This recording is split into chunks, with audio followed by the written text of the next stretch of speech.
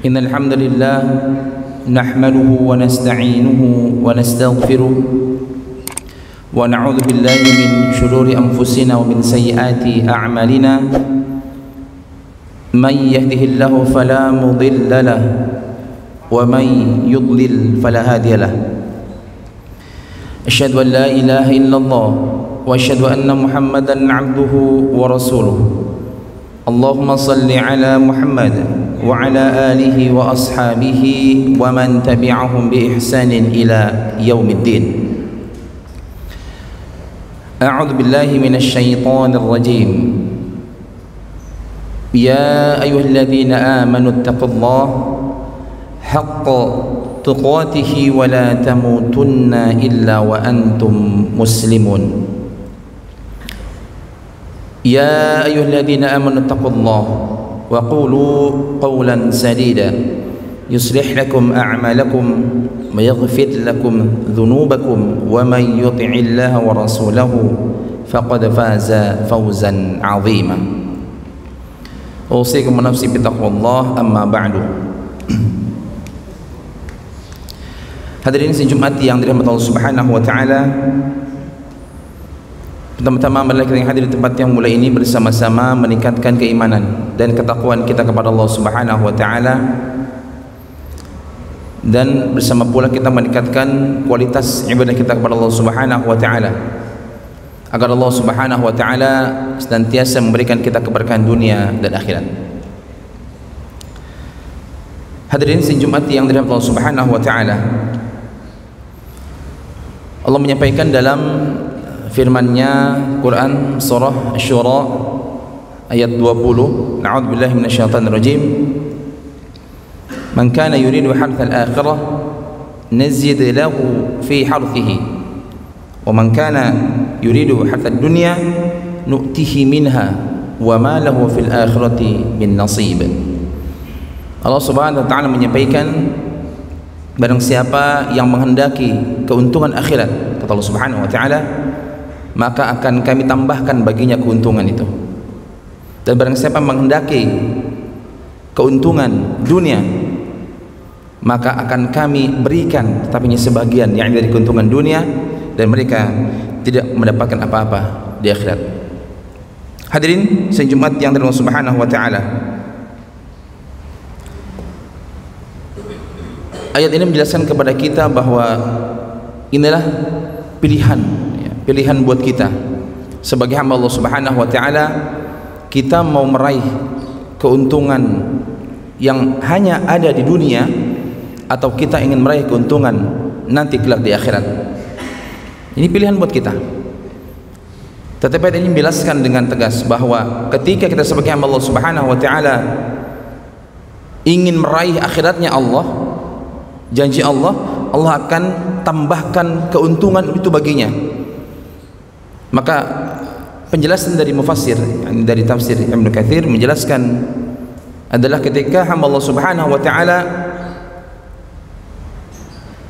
melakukan seluruh apa yang dilakukan di dunianya dengan melibatkan Allah di dalamnya, dengan diniatkan Allah Subhanahu wa taala. Segala apa yang dilakukan di dunianya diniatkan karena beribadah kepada Allah Subhanahu wa taala. Seluruh apa yang dilakukannya benar-benar disesuaikan dan dicocokkan dengan apa yang sudah termaktub dalam Al-Qur'anul Karim. Pekerjaannya, bisnisnya, berkeluarganya, bertetangganya, cara berjalannya, cara berucapnya, cara bersikapnya diniatkan, dan dalam dirinya benar-benar menghendaki dengan keinginan bahwa inilah yang Allah akan berikan ridho buat kita, inilah yang akan Allah berkahi buat kita, sehingga dia jauh daripada maksiat kepada Allah Subhanahu wa taala. Pekerjaannya pasti akan jujur, pasti akan baik, pasti akan benar, pasti akan amanah, Karena apa? Merasa diawasi Allah Subhanahu wa taala dan dia meyakini bahwa yang dilakukannya mengharapkan ridha Allah Subhanahu wa taala, maka tentunya dia mengharapkan akhiratnya Allah Subhanahu wa taala. Belum lagi bisnisnya, dia akan jujur juga, tidak merugikan orang lain, tidak menzalimi orang lain, tidak gharar, tidak riba dan sebagainya. Belum lagi dalam berkeluarga, dia akan benar-benar menjaga keutuhan rumah tangganya, anak istrinya sesuai dengan Al-Quran dan Al-Hadis. Belum lagi cara bersikapnya, bertutur katanya, berperilakunya dan lain sebagainya sesuai dengan tuntunan dari Allah Subhanahu wa taala, apa yang dimaktubkan dalam Al-Quran Al-Karim. Dan ini dicontohkan oleh Rasulullah SAW. Kalau kita sebagai hamba Allah Subhanahu wa taala, jamaah sekalian, melakukan seluruh apa yang kita lakukan sesuai dengan kitabullah, maka tidak akan ada maksiat. Tidak ada akan perilaku-perilaku orang yang mengaku muslim tapi tidak taat kepada perintah Allah Subhanahu wa taala. Ini harapannya bukan akhirat. Tapi pada penjelasan pada penjelasan kalimat berikutnya adalah dia hanya mengharapkan keuntungan dunia. Maka tidak heran orang-orang yang, mohon maaf, hanya mengharapkan keuntungan dunia tanpa ingin memikirkan Allah Subhanahu wa taala, tanpa ingin melibatkan Allah Subhanahu wa taala dalam perilakunya, dalam pekerjaannya, dalam usahanya, bisnisnya, berkeluarganya, semuanya. Tidak mau melibatkan sedikit pun. Meyakini bahwa ya sudah, saya ikut aturan yang ada di dunia, saya ikuti apa yang sudah ada di dunia sesuai dengan keadaan dan zaman, sudah, tenang hidup saya. Padahal Allah sudah jelaskan dalam ayat ini, Allah hanya berikan sebagian yang diharapkan di dunia. Sebagian. Mau kita minta apapun, tapi kalau kita tidak melibatkan Allah di dalamnya, tidak merasa diawasi Allah dan nanti akan dipertanggungjawabkan di akhirat, Allah cuma kasih sebagian, jamaah sekalian. Maka tidak akan pernah ada rasa puasnya ketika seorang hamba Allah hanya mengharapkan dunia. Wallahi, tidak akan pernah ada rasa puasnya dalam hatinya. Selalu kurang saja. Kok begini-gini aja ya? Perasaan udah semangat kerjanya, kok begini-gini aja? Perasaan udah bener nih, gini-gini aja. Bisnis kok gini-gini aja, nggak berkembang, stuck di sini aja. Ada apa gerangan? Padahal saya sudah ikut aturannya, aturan bisnis, aturan cara berdagang dan sebagainya. Coba perhatikan salatnya, perhatikan ibadahnya, perhatikan coba niatnya. Apakah benar-benar yang kita lakukan adalah untuk beribadah kepada Allah Subhanahu wa taala demi meraih keuntungan akhirat, atau hanya keuntungan dunia? Orang-orang yang ingin meraih keuntungan akhirat, maka sudah dipastikan dia akan jauh dari perilaku maksiat kepada Allah Subhanahu wa taala. Jauh dari perilakunya ketika dia tahu bahwa yang dikerjakannya adalah haram, merugikan, gharar, riba dan sebagainya, dia akan tinggalkan. Dia akan tinggalkan. Tapi kalau ketika hamba Allah Subhanahu wa taala hanya mengharapkan keuntungan dunia, dia tidak akan mau tahu, dia tidak akan mau dengar apa kata orang lain. Sudah jelas pekerjaannya adalah pekerjaan yang Allah haramkan. Sudah jelas pekerjaannya pekerjaan bermaksiat. Sudah jelas pekerjaannya pekerjaan yang merugikan orang lain. Sudah jelas pekerjaannya pekerjaan yang banyak ribanya, banyak gorornya dan lain sebagainya. Dan ini yang terjadi jamaah sekalian dalam kehidupan kita. Ketika seorang hamba Allah Subhanahu wa taala, kita sudah muslim ya, kita mengaku beriman kepada Allah Subhanahu wa taala, kita salat ya, kita ibadah, tapi di luar ibadah kepada Allah Subhanahu wa taala kita masih melakukan maksiat kepada Allah Subhanahu wa taala, maka ini tanpa disadari dia hanya mengharapkan keuntungan dunia. Dia hanya mengharapkan nikmatnya dunia, dia hanya mengharapkan enaknya dunia. Dia rela bercapek-capek, bersusah payah, berkeringat, banting tulang hanya untuk dunia. Maka tadi kata ayat Syura 20, Allah tetap berikan jamaah sekalian, tapi hanya sebahagian, cuma sebahagian. Maka sekaya apapun ketika seorang hamba Allah Subhanahu wa taala hanya mengharapkan dunia, setinggi apapun pangkatnya ketika mengharapkan dunia, tetap pasti melakukan hal-hal yang seharusnya tidak perlu dilakukan. Karena apa? Sudah berkecukupan hidupnya, hartanya berlimpah, bisnisnya di mana-mana, tapi tetap merasa kurang. Kenapa? Allah Subhanahu wa taala dalam ayat ini mengatakan Allah hanya memberikannya kepada siapa yang Allah kehendaki. Allah menghendaki siapa, itu yang Allah kasih. Mau dia taat, mau enggak, mau dia salat, mau enggak, Allah berkehendak siapa yang mau Allah kasih. Maka tadi pangkat tinggi, harta berlimpah, bisnis banyak, tapi merasa kurang saja hidupnya. Belum lagi keadaan keluarganya. Ya. Biasanya orang-orang yang banyak melakukan maksiat kepada Allah Subhanahu wa taala dan tetap melakukan perilakunya banyak merugikan orang lain dan sebagainya, maka kehidupannya tidak akan pernah bahagia. Tidak akan pernah bahagia. Berbeda dengan ketika seorang, ya mohon maaf, tukang sapu, pinggul-pinggul angkat barang, kemudian mungkin cuma hanya satpam, mungkin dia cuma bersih jalanan, mungkin cuma penjaga parkiran, tapi kalau diikhlaskan karena Allah Subhanahu wa taala, dia tidak mau menerima yang Allah haramkan, dia tidak melakukan yang Allah haramkan, dia tidak bermaksiat kepada Allah, benar-benar mendekatkan dirinya kepada Allah Subhanahu wa taala. Kenapa? Dalam dirinya sudah meyakini bahwa nanti di yaumil akhir itulah tempat kembali kita terakhir, bukan dunia. Cuma dapat keuntungan, ya paling berapa Pak? Parkiran bisa berapa keuntungannya? Sedikit, kecil. Sapu jalanan berapa gajinya? Tapi karena dinikmati pekerjaannya, disyukuri pekerjaannya, bahwa ini adalah ibadah kepada Allah, hanya kepadamu ya Allah, kau serahkan, sudah dinikmati.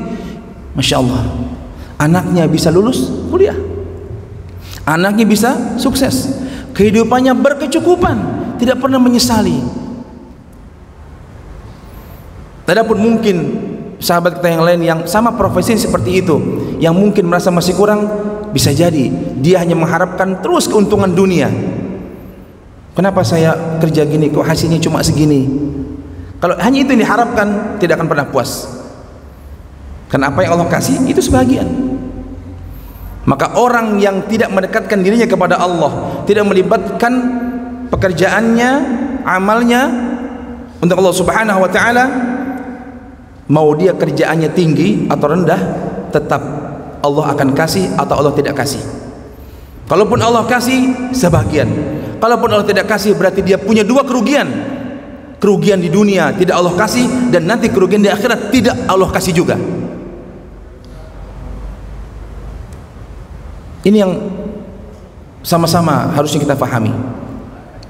Bekerja untuk dunia, untuk keluarga. Tapi ketika sudah ada kewajiban kita untuk mentaati dan menjalankan ibadah kepada Allah Subhanahu wa taala, tinggalkan itu. Fokus kepada ibadah.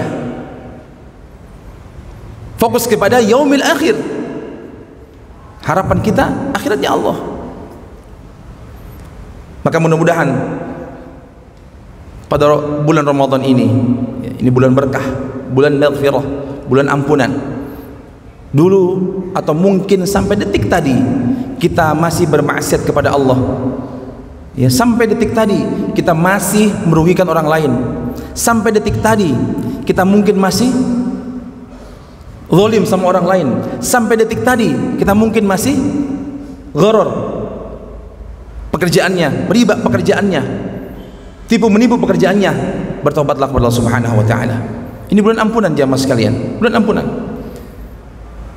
Apapun yang pernah kita lakukan dulu, ya, sebesar apapun maksiat kita, kesalahan kita kepada Allah Subhanahu wa taala, Allah ampunkan itu. Tubu ilallahi taubatan nasuha. Bertaubat dengan sebenar-benarnya taubat. Jangan ulangi lagi, sudah. Tinggalkan. Maksiat yang Allah haramkan, tinggalkan, lakukan. Nikmat jamaah sekalian kalau kita melakukan yang Allah halalkan. Kalau kita melakukan dan mendapatkan ridha dan berkahnya Allah, nikmat dunia, bahkan nanti di akhirat dapat bagian yang luar biasa. Kebaikan yang dilakukan kepada orang lain, kita sebagai hamba Allah Subhanahu wa taala melakukan kebaikan, Allah balas itu. Dalam tafsir Ibnu Katsir, Allah balas 10 kali lipat, bahkan sampai 700 kali lipat. Tidak kita bisa bayangkan Pak, keuntungan nanti di akhirat. Bahkan di dunia pun kita mendapat keuntungan yang kita mungkin nggak terasa, nggak merasa. Ya muqallibal qulub, tsabbit qalbi ala dinik. Wahai zat yang membolak-balikan hati, tetapkan hatiku terhadap agamamu ya Allah. Mudah-mudahan kita semuanya bisa mendapatkan keberkahan Allah Subhanahu wa taala dan mendapatkan tempat nanti di surganya Allah Subhanahu wa taala. Barakallahu li wa lakum wa nafa'ani wa iyyakum bima fihi minal ayati wa dzikril hakim wa taqabbala minni wa minkum tilawatahu innahu huwal ghafurur rahim.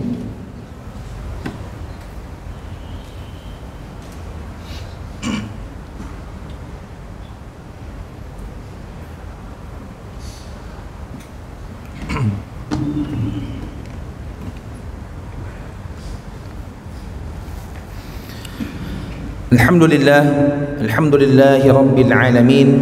Assalatu wassalamu ala ashrafil anbiya'i wal mursalin wa ala alihi wa ashabihi ajma'in.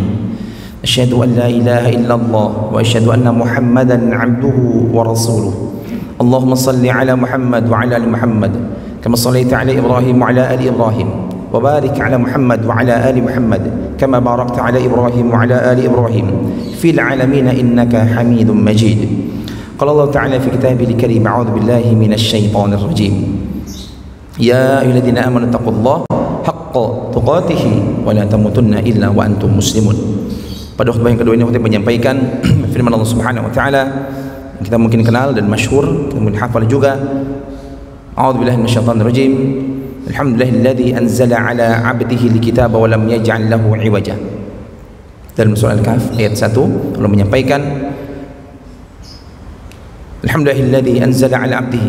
Bersyukur Allah Subhanahu wa taala ketika menurunkan Al-Qur'an, kitabullah kepada kita semuanya dan tidak mengadakan kebengkokan di dalamnya.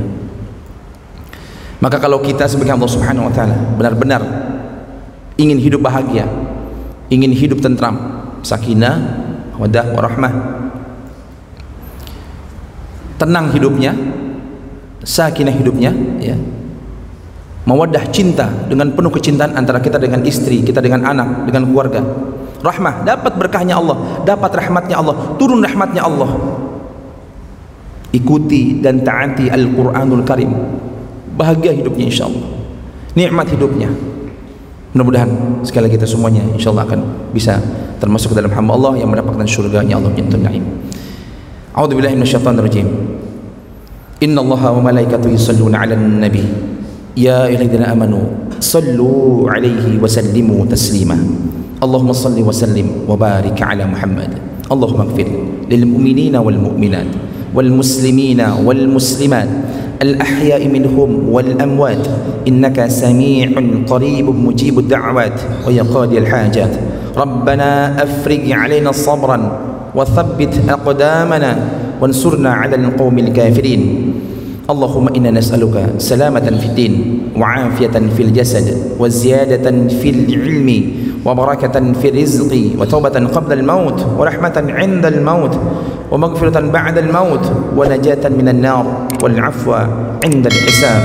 Rabbana atina fid dunya hasanah wa fil akhirati hasanah wa qina 'adzaban nar.